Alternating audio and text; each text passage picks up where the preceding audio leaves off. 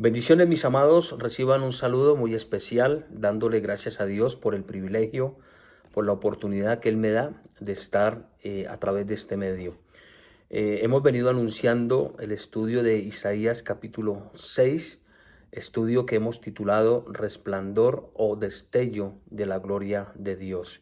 Y es a través de este estudio que queremos profundizar en la respuesta del profeta cuando él dice: Señor, heme aquí, envíame a mí, ahí en el verso 8. Antes de que nosotros podamos llegar al capítulo 6, que por cierto es un capítulo muy conocido, ya que nos habla de la visión y el llamamiento del profeta, es importante que nosotros podamos mirar algunas cosas interesantes, y una vez que nosotros podamos verlas, vamos a entrar ya al capítulo 6 y vamos a desarrollar nuestro estudio. Decía que vamos a profundizar sobre esa respuesta de Señor, heme aquí, envíame a mí, ya que no es fácil decir Señor, heme aquí, envíame a mí, cuando ya se ha tenido una experiencia de la gloria y de la santidad de Dios.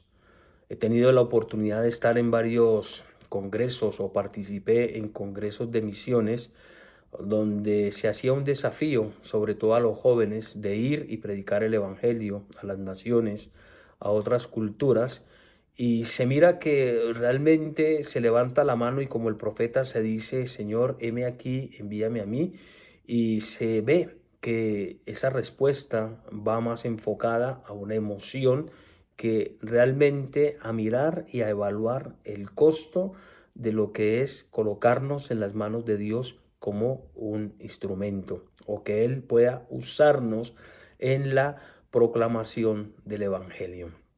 Así que es a través de este estudio que vamos a mirar que no es fácil, que no es sencillo responder al llamado de Dios, y más si no hemos tenido un encuentro, una experiencia de lo que realmente es Dios con su atributo de la santidad. Así que espero que este estudio sea de bendición, sea de edificación para nuestras vidas. Y como lo dije a manera de introducción, vamos a decir algunas cosas importantes para poder llegar allí a esta visión y este llamamiento, a esta experiencia del profeta. En primer lugar, quiero decirles que el solo libro en sí es un libro majestuoso, grandioso. Mi recomendación es que podamos leer el libro del profeta Isaías. Es un libro grandioso, es un libro majestuoso, ya que en ningún otro libro podemos encontrar unos detalles muy específicos con referente a la persona de Jesús. Se dice que este libro es importante en la literatura hebrea, ya que el Nuevo Testamento cita más de 60 referencias del profeta, referencias que declararon los apóstoles, y aún el mismo Cristo hizo referencia al profeta cuando abrió, mis hermanos, este capítulo del profeta Isaías, y dijo que esa palabra se había cumplido en ese día sobre su vida.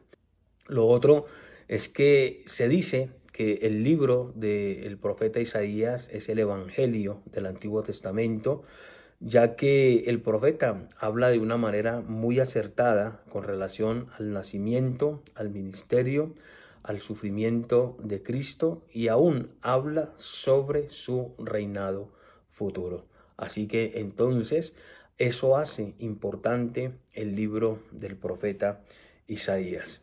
Eso en primer lugar. Recordar la importancia de este libro.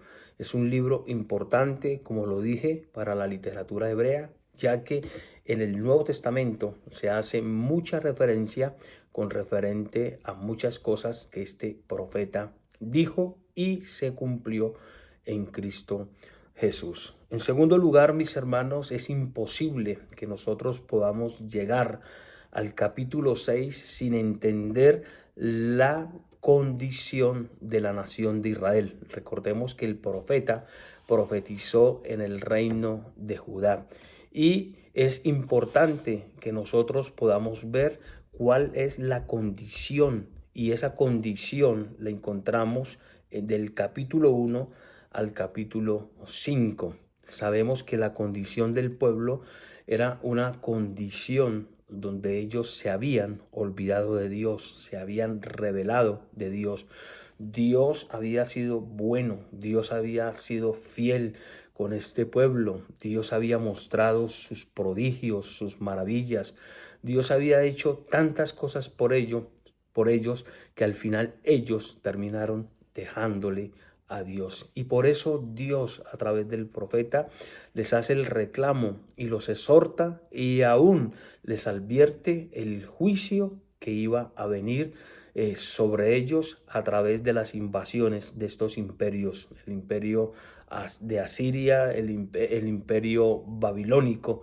Y Dios, a través del profeta, los amonesta, los llama, pero también les declara el juicio o el castigo que ellos iban a tener. En el capítulo 1 encontramos algunas cosas interesantes que Dios, a través del profeta, le dice al pueblo. En el versículo 2 de Isaías capítulo 1, el profeta dice: habla Jehová, habla Dios, escuche, porque no hablo yo, habla Jehová. Y Dios les dice lo siguiente. Y en el versículo 2 dice: crié hijos y los engrandecí, y ellos se rebelaron contra mí. Noten ustedes ya lo que el profeta está diciendo. El profeta le está diciendo al pueblo: Dios a ustedes los engrandeció, Dios a ustedes les dio un nombre, y la manera como ustedes le han pagado a Dios es a través de la rebelión. Se han levantado contra Dios mismo, se han levantado contra el que les ha extendido las manos, se han levantado contra los que con el que le ha provisto para ellos. Entonces, ahí está, mis hermanos, el reclamo de Dios a través del profeta. Dice: los crié, los engrandecí, les di reconocimiento, y la única manera con la que me pagan es levantándose o rebelándose contra mí. Y creo, mis hermanos, que hablando espiritualmente, a veces nosotros como seres humanos, nuestro comportamiento y nuestra actitud no es nada diferente a la de este pueblo. Dios nos ha bendecido, Dios nos ha dado muchas cosas, Dios se ha manifestado de una manera grande, ha hecho cosas en nosotros importantes, y a veces como que nosotros también lo que hacemos es rebelarnos contra Dios. Es como ese hijo rebelde. Israel siempre fue como ese hijo rebelde, ese hijo problemático. En segundo lugar, en el verso 3, Dios le dice o le da a entender al pueblo que aún los animales son como más inteligentes y conocen más las cosas que no ellos. ¿Por qué? Porque Dios ahí en el verso 3, a través del profeta, les dice: el buey conoce a su dueño, y el asno el pesebre de su señor. Es interesante cómo Dios muchas veces a través de los animales nos enseña que ellos son como más conscientes y saben mejor las cosas que nosotros, los seres humanos. Es increíble, suena raro, suena como extraño, pero Dios a través de la Biblia siempre nos ha enseñado a través de los animales o a través del comportamiento de los animales, que ellos son más obedientes y aún conocen mejor las cosas que nosotros. Los animalitos, lo único que le hacen falta a los animales es el poder hablar. Cuando nosotros miramos Proverbios capítulo 6, versículo 6, Dios nos pone como ejemplo a la hormiga. O sea, la hormiga es un animalito, es un insecto que nos enseña lo que es el trabajo, lo que es la organización, lo que es el cuidar a su reina. La hormiga está clasificada en soldaditos, en obreras, y aún en aquellos que custodian o aquellos que salen a trabajar y traer el alimento para su reina. El salmista en el Salmo 42 dice: como el ciervo brama por las corrientes de las aguas, así clama también por ti, oh Dios, el alma mía. En otras palabras, el salmista nos pone como ejemplo al ciervo bramando, agradeciendo a Dios por esa agua que fluye, un agua que no es estancada. Y este animal, cuando va y bebe de esa agua, levanta su cara como agradeciéndole a Dios. ¿Quién de nosotros no ha escuchado el cántico de los pajaritos en la mañana? Son aves que están agradeciéndole a Dios por un nuevo día.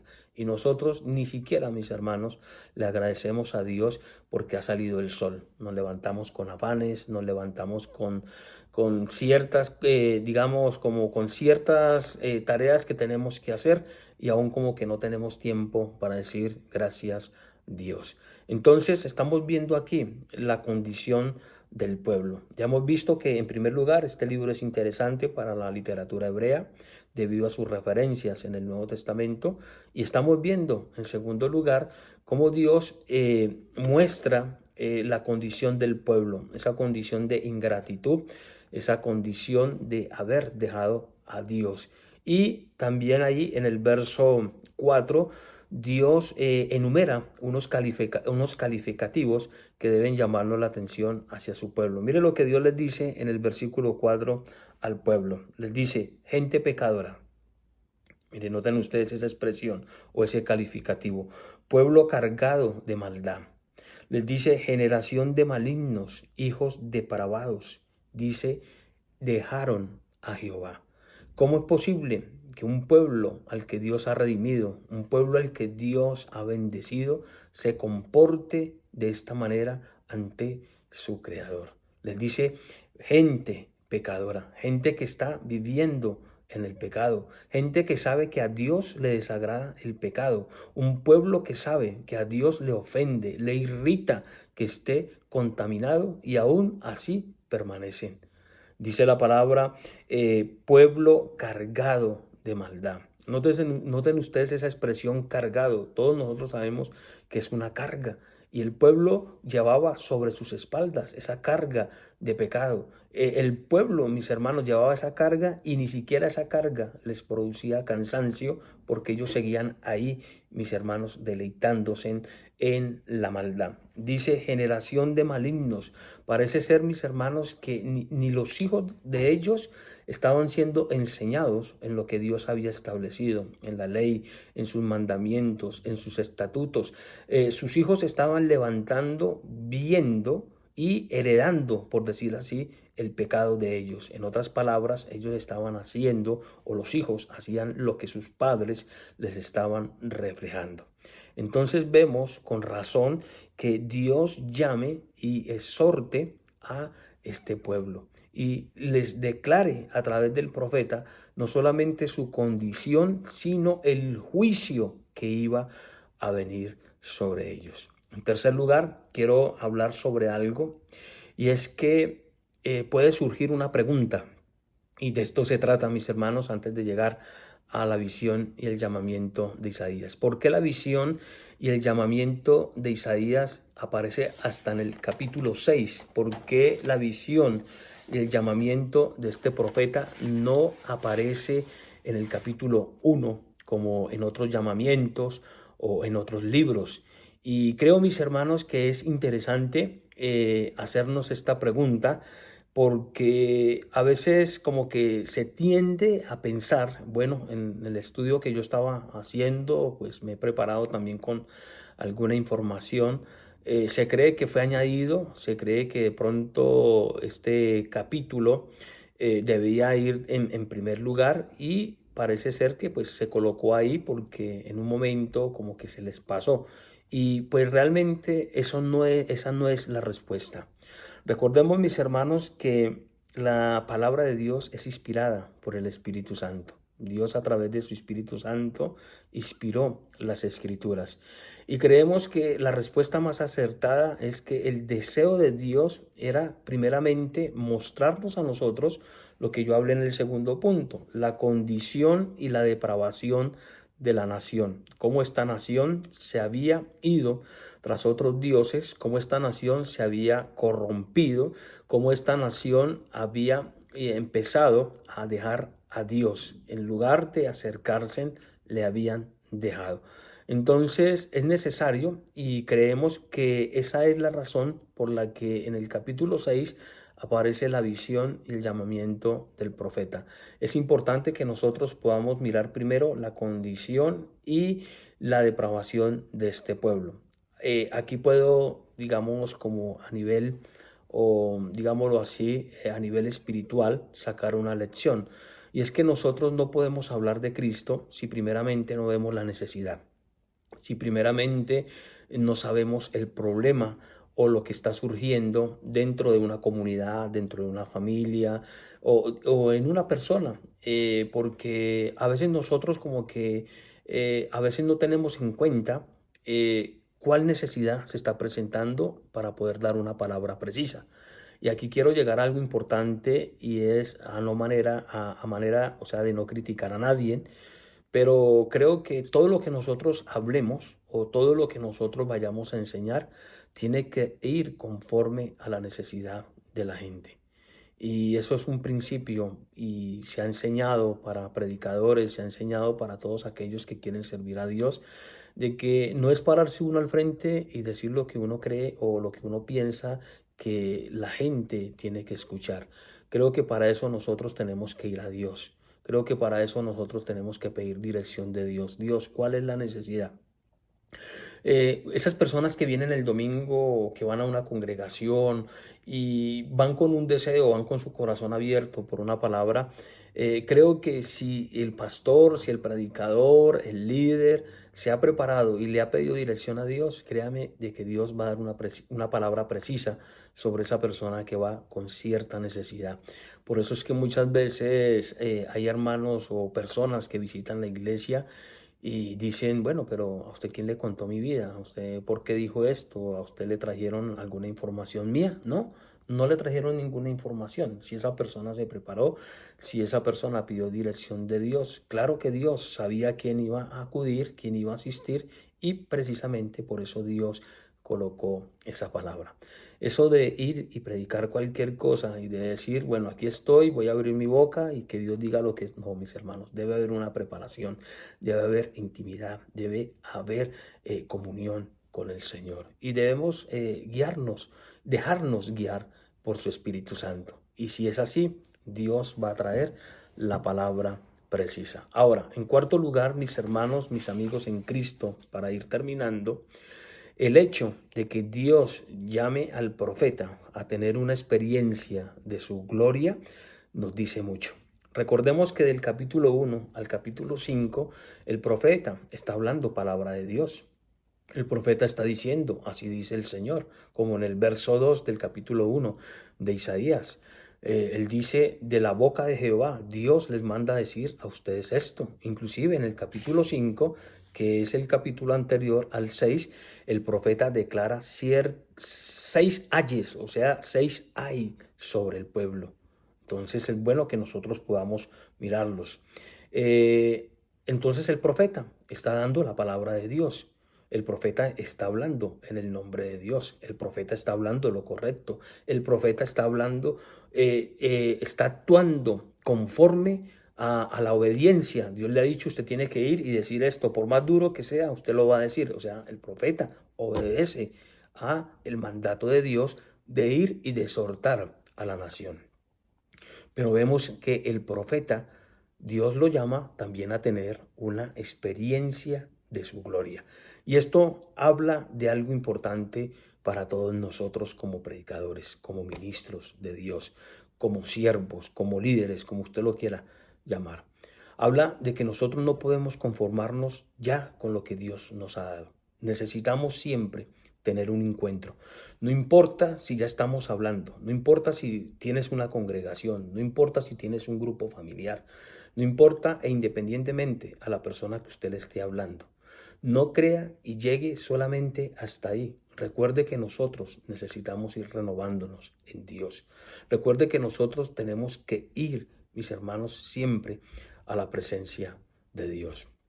El hecho de que Dios le haya dado esta experiencia al profeta, eso es lo que a nosotros nos trae como lección, de que nosotros podamos ver esa renovación de Dios en nosotros. Necesitamos a Dios, necesitamos que Dios cada día nos dé más de Él. Voy a poner un ejemplo y tal vez usted dice, bueno, pero ese ejemplo ¿qué tiene que ver con la gloria de Dios? Mire, Una persona que se ha preparado, que ha estudiado en cierta área, esa persona estudió tal vez una carrera de 5 años, hace 20 años, pero al pasar los años, él tiene que empezar a renovar conceptos porque las cosas están cambiando. Entonces, esa persona que tiene que ir renovando conceptos, tiene que hacerlo porque tiene que estar, digamos, familiarizado con lo último, con las últimas cosas que han acontecido. Y es así, nosotros también tenemos que ir, mis hermanos, independientemente, ir familiarizándonos cada día con las situaciones que se van presentando en el mundo. El mundo, mis amigos, mis hermanos en Cristo, no es el mismo que el que era hace 50 años. Hace 50 años había una juventud sana. Hace 50 años habían, digamos, como valores, como principios. Y hoy, en este tiempo, hay muchas cosas que se han perdido. Y si nosotros no entramos a esa comunión, a esa intimidad con Dios y nos preparamos y renovamos nuestra vida, nuestro ministerio en Dios, entonces ¿cómo podemos dar en este tiempo, en este mundo que nosotros vemos que cada día va de peor en peor? Ahora, la condición de este mundo no es nada diferente a la del profeta Isaías. Ahí estamos viendo que Dios dice gente pecadora, pueblo cargado de maldad, generación de maldad, hijos depravados. O sea, si nosotros analizamos bien, la condición humana del tiempo de Isaías no es muy ajena a la condición en este día. Pero nosotros sí, como creyentes, como ministros, necesitamos renovar nuestras fuerzas en Dios. No es decir, yo hasta aquí con el conocimiento que tengo, entonces hasta aquí llego, aquí me quedo y nada. Cada día, pues hermanos, nosotros necesitamos renovar nuestras fuerzas en Dios. Así que mis amigos, mis hermanos en Cristo, esta palabra es a manera de introducción. Y recuerde que nosotros estamos listos para entrar al capítulo 6 y ir mirando todas aquellas lecciones espirituales que Dios traerá para nuestras vidas. Pero quería, mis hermanos, como les dije, que ustedes conocieran, en primer lugar, mis hermanos, estas 4 cosas o estos 4 aspectos de los que nosotros hemos hablado. Entonces, mis hermanos, es un libro que es importante para la literatura hebrea. El consejo de nosotros y el consejo para todos ustedes es que podamos leer este libro y podamos familiarizarnos con la vida del profeta. En segundo lugar, recuerden, mis hermanos, que es imposible que nosotros podamos llegar y estudiar un tema sin conocer el contexto, lo que viene atrás. En tercer lugar, mis hermanos, decíamos que el hecho de que el llamamiento del profeta aparezca en el capítulo 6 es porque nosotros primeramente tenemos que mirar la condición y la necesidad del pueblo. Y en cuarto lugar, que el hecho de que Dios llame al profeta a tener una experiencia con él, aún él predicando y dando su palabra, quiere decir que cada día nosotros tenemos que renovarnos en Dios y buscarle. Es imposible que nosotros podamos, hermanos, predicar de Cristo. Y a veces, y quiero decirlo, podemos estar enseñando de Cristo sin conocerlo. Por eso hemos hablado en nuestro programa En Buena Tierra, en nuestra página de Facebook, de que la intimidad y la gloria son 2 aspectos fundamentales que Jesús enseñó sobre sus discípulos. Intimidad. Llamó a sus discípulos para que estuviesen con él y luego enviarlos a predicar. Y también les reveló su gloria, porque su gloria sería un impulso que les ayudaría en los momentos difíciles, en las circunstancias adversas. Así que, mis amigos, mis hermanos en Cristo Jesús, decir, heme aquí, envíame aquí, o Señor, heme aquí, envíame a mí, es mucho más que una declaración. En el mensaje que viene vamos a mirar ya en detalle lo que es el capítulo 6. Bendiciones, un abrazo y que Dios nos edifique a través de su palabra.